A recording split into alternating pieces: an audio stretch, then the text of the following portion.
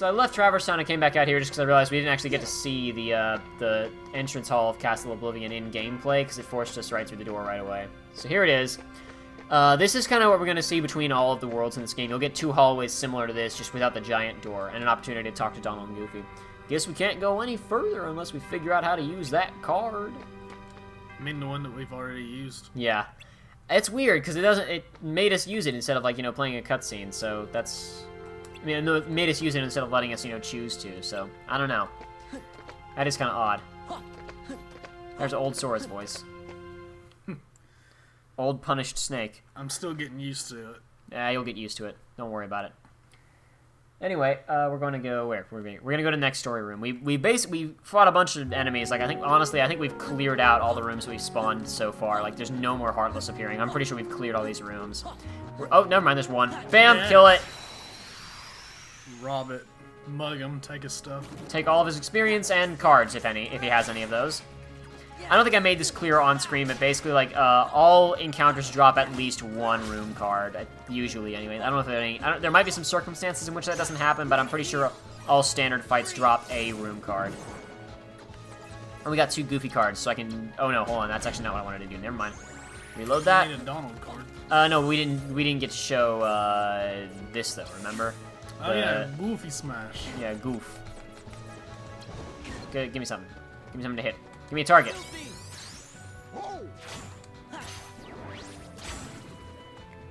Teamwork. Look at that friendship on display there. Oops, wrong. I just wanted to use it, not sleight of hand it. So if you Goofy had... seems much better than Donald for that sort of thing. Yeah. Like by himself. Uh-huh. But the, what was I gonna say? Crud. No, I forgot. We discussed a little bit, like, off-screen about stuff, but I don't want to show, like, too much boring stuff, because this game will take too long, so I want to kind of cut out as much fat as we can. So we'll probably wind up repeating ourselves a little bit, like, well, not to you, but we'll wind up repeating ourselves to each other sometimes, especially me, because if I explain something and then need to re-explain it. Right. Or I'll explain something to you, forget that I need to explain it to the audience, and it'll be very confusing. Okay, so in the top left it says friends. What does that do? That indicates the types of friends you can acquire right now. So, like, so for instance, like when we go to Atlantica, we'll see those and Ariel. If Ariel is, like let's say, we show up in Atlantica and there's the initial story cutscene. Yeah. Then we go to the next one and then Ariel's like, I'll join you, and then she's in our party. Then we go to the next story room and she's like, oh no, I have to go, and then she'll leave us or something like that, right? And then in the next story room she'll join us again. So it just shows what friend cards you can acquire. Okay. It never shows Pluto because you can get him anywhere and he's incredibly rare. Fight you first and then I'll go to the room. But if you somehow get 2 Pluto cards, you can combine them. Yes, and he'll dig more. I think the likelihood of another one spawning, like, goes up if one appears. Maybe I don't know. Maybe they're not incredibly rare. I don't remember what the criteria is on Pluto, because honestly, I played a lot more in the GPA version than I did of the PS2 version, and Pluto was not in the GPA version, not as a card anyway. What do we want here? You know what? Premium cards, because they're useless. Basically, premium cards, as I explained to Joey a second ago, premium cards let you significantly lower the cost of a card, but it can only be used once per fight. So the only way I can see that would be useful is if you use it on, like, something that can only be used once anyway, like an item. But the game foresaw that and said, no, you can't use it that way. So I like how we had to wander halfway across this memory town to get to the same part of 3rd District we were in the last No, cutscene. it's fine. It's memories. Yeah, are we saying Sora's memory is, like, super faulty No, or something? it's fine. Okie dokie. He's done a lot of things. Aerith, have you forgotten me too? I don't know whether to say nice to see you or nice to meet you or good to see you again. Then just say hi. Yeah. I don't think that I know you, but I still feel like you belong here. Yeah, exactly, like we've never met, but it still doesn't feel weird knowing your name. But I'm telling you, we have met. Look at the Heartless, we took on the Heartless together. We were a team. It feels like you're right, but I can't remember. Then I guess you won't remember what you told me. In Hollow Bastion when I sealed the keyhole. We may never meet again. But we'll never forget each other. See, you do remember. He's right, Leon. I remember you saying that too. Sora's just getting mad at his own memories right now. Yeah. I guess I can't write it off as a coincidence, then. I don't have any memory of it, but I still think I remember... But I still remember. I don't have any memory of it, but I somehow still remember. Remember when I talk about the writing in this game? Yeah. I think your heart is doing the remembering for us. My heart? What? Yeah, I don't know either. We don't know you, Sora, but your heart is full of memories of us together. Those memories must resonate in our hearts, too. Maybe they tell us things we wouldn't otherwise know. I would think these guys don't have hearts since they're memory creations, Well, but yeah. whatever. So you're saying that Sora's memories are affecting ours?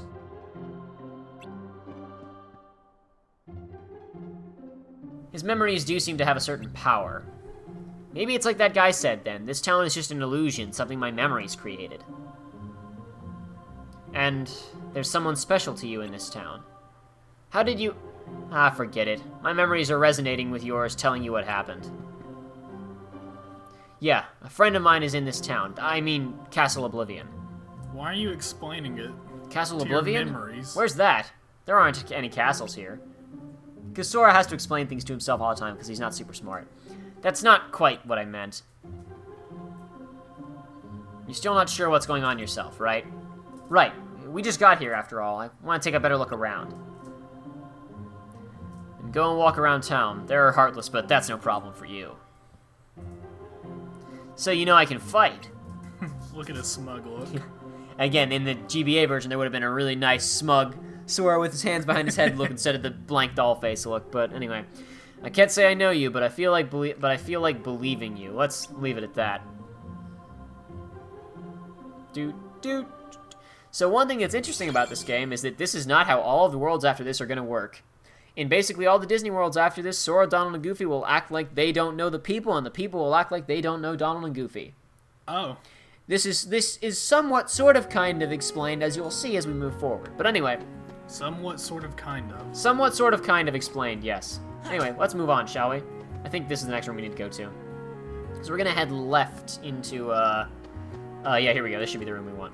Again, I've already cleared all these rooms of all the enemies, so here we have to use, it doesn't matter what value it is, but we have to use a G card of some kind. Okay. I have a bunch of these, so I'll go ahead and spend 3-1 on here. And then I need to use, oh, I had these two that I could have used. Oh, whatever. Spend you. Shabam! We fought a bunch of enemies and broke a lot of blocks, but I still didn't get many more attack cards of, like, a value that was worth swapping out. I think I got, like, one that I added in.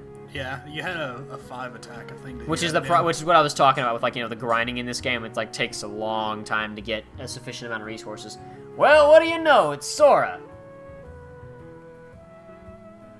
Wait, what am I saying? I don't know you. Ah, hell, I don't care. That's what Sid would say if this wasn't a Mickey Mouse game. Yeah. But you do look like Sora, what with the spike of hair and bag of pants, like a Sora. It's okay, Sid. That's my name. So, you've heard of me, huh? Well, I can't say I'm surprised. Anyway, maybe you could help me out. A friend of mine's supposed to be somewhere in this town. Got any ideas? Your friend, huh? Lately, all this town sees is heartless. Can't even take 2 steps without getting attacked. In fact, this plaza's the worst. And so you're just standing why are you here? In the middle of it. Word is, a jumbo-sized heartless shows up when that bell rings. Sure would be a shame if that the bell rang. If you value your hide, you'll get out of here while the getting's good. That was some good writing right there. Wasn't, didn't sound too fakey, made up, southerny twang. Gosh, maybe we should leave. Don't you want to see the Heartless? See it? No, we don't! Oh, look at that. The bell! The bell! The bell! Man, I love that hotel that's called Hotel. That's over there and is right there as well. I like that hotel in the first game for reasons we kind of discussed in the discussion episode. Where it's like it feels like a small hallway like you'd have in a hotel, not like in the. Wait, so are all the bosses just gonna be?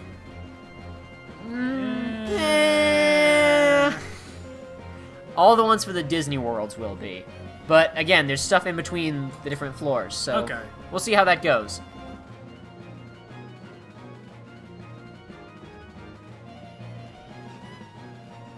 So this is what it looks like when it's not goofy clown colors. Yeah, that's what it's supposed to look like all the time. Again, like I said, you're gonna see like the non-recolored enemies while we play through this. And as you've observed, like the soldiers, which are more grayscale in the original, are actually like very. I'm actually gonna. I don't think I can go over here, can I? Yeah, block. Thought so. Wants to keep me in this rectangular arena. That did like no damage for a big metal thing stepping on you. Look, the ramps are gone. I bet I can't jump in here, can I? Nope. And this door can't be passed through. Oh no! See what I mean about the high value attack cards? We really have got nothing right now. Yeah. Man, this low camera angle makes this whole area look really cool, though, doesn't it? It does. Oh. Wow, that did a lot, actually. No. Yeah, I missed. Ooh, wait, you gotta... Oh, wait, what is this gonna be? This is just gonna be he attacks with magic 3 times at a high level. Oh no, 2. I guess he attacks 2 times with a high level, but because that was Thundra that just played. We'll use that Mickey card in a second. First, I need to wait, Mickey card. What does it do? This Mickey card is the cinematic event card, is what I call it. It's just yeah. Now, in certain fights, it will actually, like, change the terrain and let you get up. Like, for instance, you remember the Oogie Boogie fight was all, like you were down on the lower platform and had to get up to him? Right. In this game, you're gonna raise the platform up to reach him by using a Mickey card. Okay. Actually, hold on. Actually, that's not what I want to do. Hold on. Nope, hold on. Reload. Get out of here. Okay, so every time it takes, that much longer to use it, what happens if, how high can that number get? To refresh? 3. 3 is the highest you can get. Okay, that's not terrible. Bam! Wow. So you can do that to enemies, or to bosses. Yeah, well, some bosses, not all bosses. Well, I mean, you can obviously do the damage, but you can't launch all bosses like that. I don't think so, anyway. But again, this is one of the benefits of this game, is because you have all these very specific abilities, a lot of these fights become a lot more cinematic, if you can get past the kind of difficult, combat system. So, I'm trying to use this so I can break that attack. Because like that, I could have completely canceled that spinning attack if I had. In fact, I'm gonna do it again. Nice. That's how this system is meant to be used. And again, it's hard to do that on the PS2 version sometimes because there's so much visual stimulus. It's hard to just watch the cards in the bottom. On the GVA, it's much better because you're constantly seeing your deck and the enemy's deck, and it feels like a good chunk of the screen. Here, it's a bit easier to see. I mean, a bit harder to see. Level up. But that's how it's meant to be played. Is especially on bosses. Boss uses a heavy attack, flip to your 0, play it, stun them, hit them. That's how it goes. But they can do the same thing to you. They can stun you and hit you. A couple of the really hard bosses have 0 cards of their own. Ooh. And they can break your high-level attacks. What happens if 2 0 cards hit?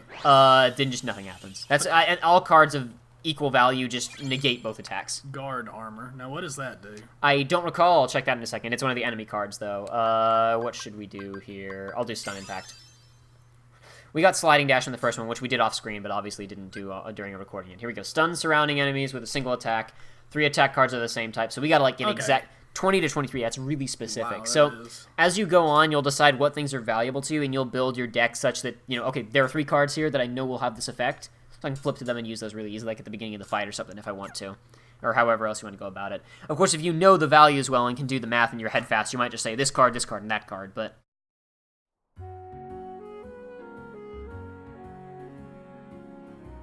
If you really put time into it, you just have it so it's like every single 3 cards is 1. Right. But it takes a while. It takes a while to do that math. But anyway, see, your friend wasn't here. No, I don't think I'll find him in this town. But he's somewhere in this castle. I just know it. Castle? This whole town's inside a humongous castle? Oh, that's rich. Reminds me of the show. I almost said the whole name. I stopped myself. Almost. I'll bleep it just so I don't spoil things for anybody. He's probably right, Sid. We may not understand what's going on, but Sora does. He can see that reality is bigger than just this world. I wish I was sure. I wish I was that sure. He says to his mind. I don't know. It's like they're based on his own memories of them, so maybe they're their own entities. I don't know. Whatever. It doesn't matter. Okay. You'll be okay, Sora. No matter what shape reality takes, you can handle it. I may not remember you, but I know you in my heart. Leon. Take care, Sora. I am a little lost, but best of luck anyway. It's alright, Sid. Don't worry about it. Again, just like in Final Fantasy VII, Sid is my spirit animal. He's like, this don't make no sense. I'm gonna go get drunk. Now, one thing is that because of the structure of these worlds, there's no, like, actual places you can go to, like, to talk to NPCs. Yeah. So, like, after this cutscene ends, we will never see any of these characters again for the rest of this game. But anyway, what's up? I don't have all the answers, but I had to tell you something. Your memories created this town, right? That's what the guy who gave me the card said.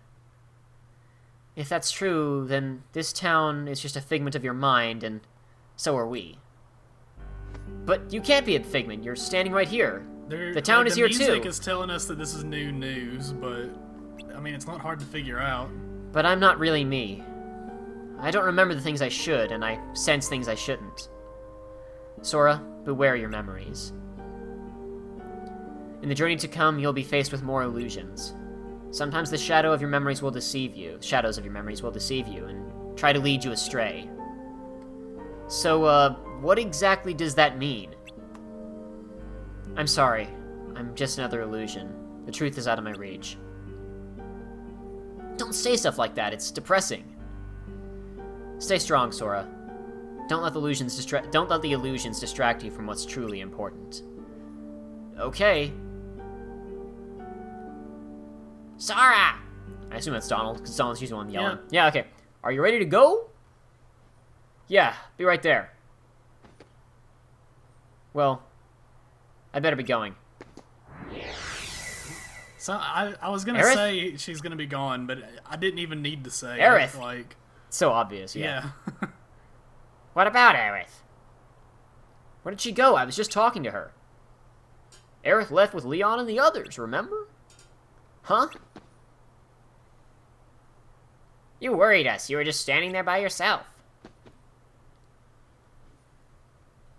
Is this what she meant?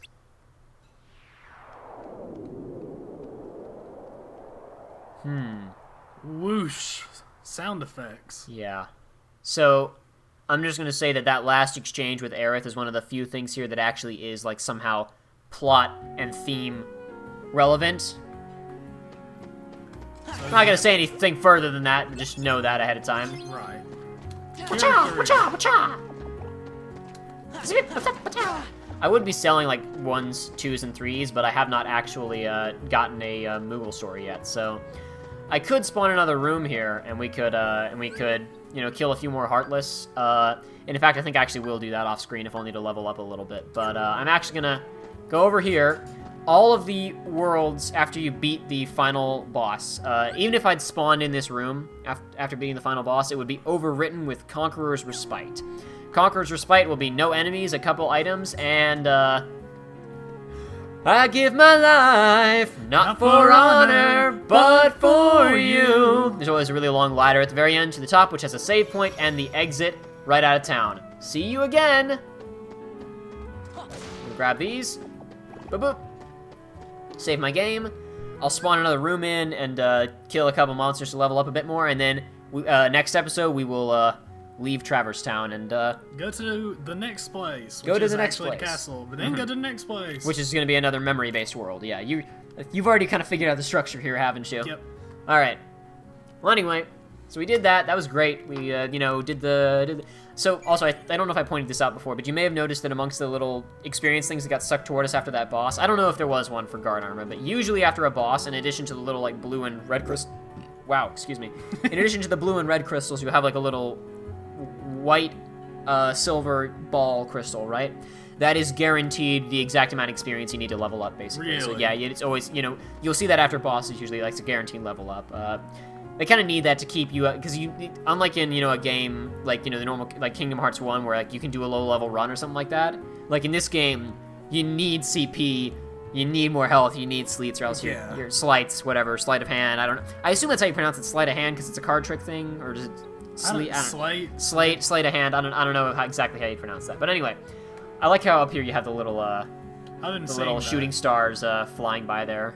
I don't know. I like these little graphics as the mini maps in the corner. But anyway, next time we head through that door, see you then.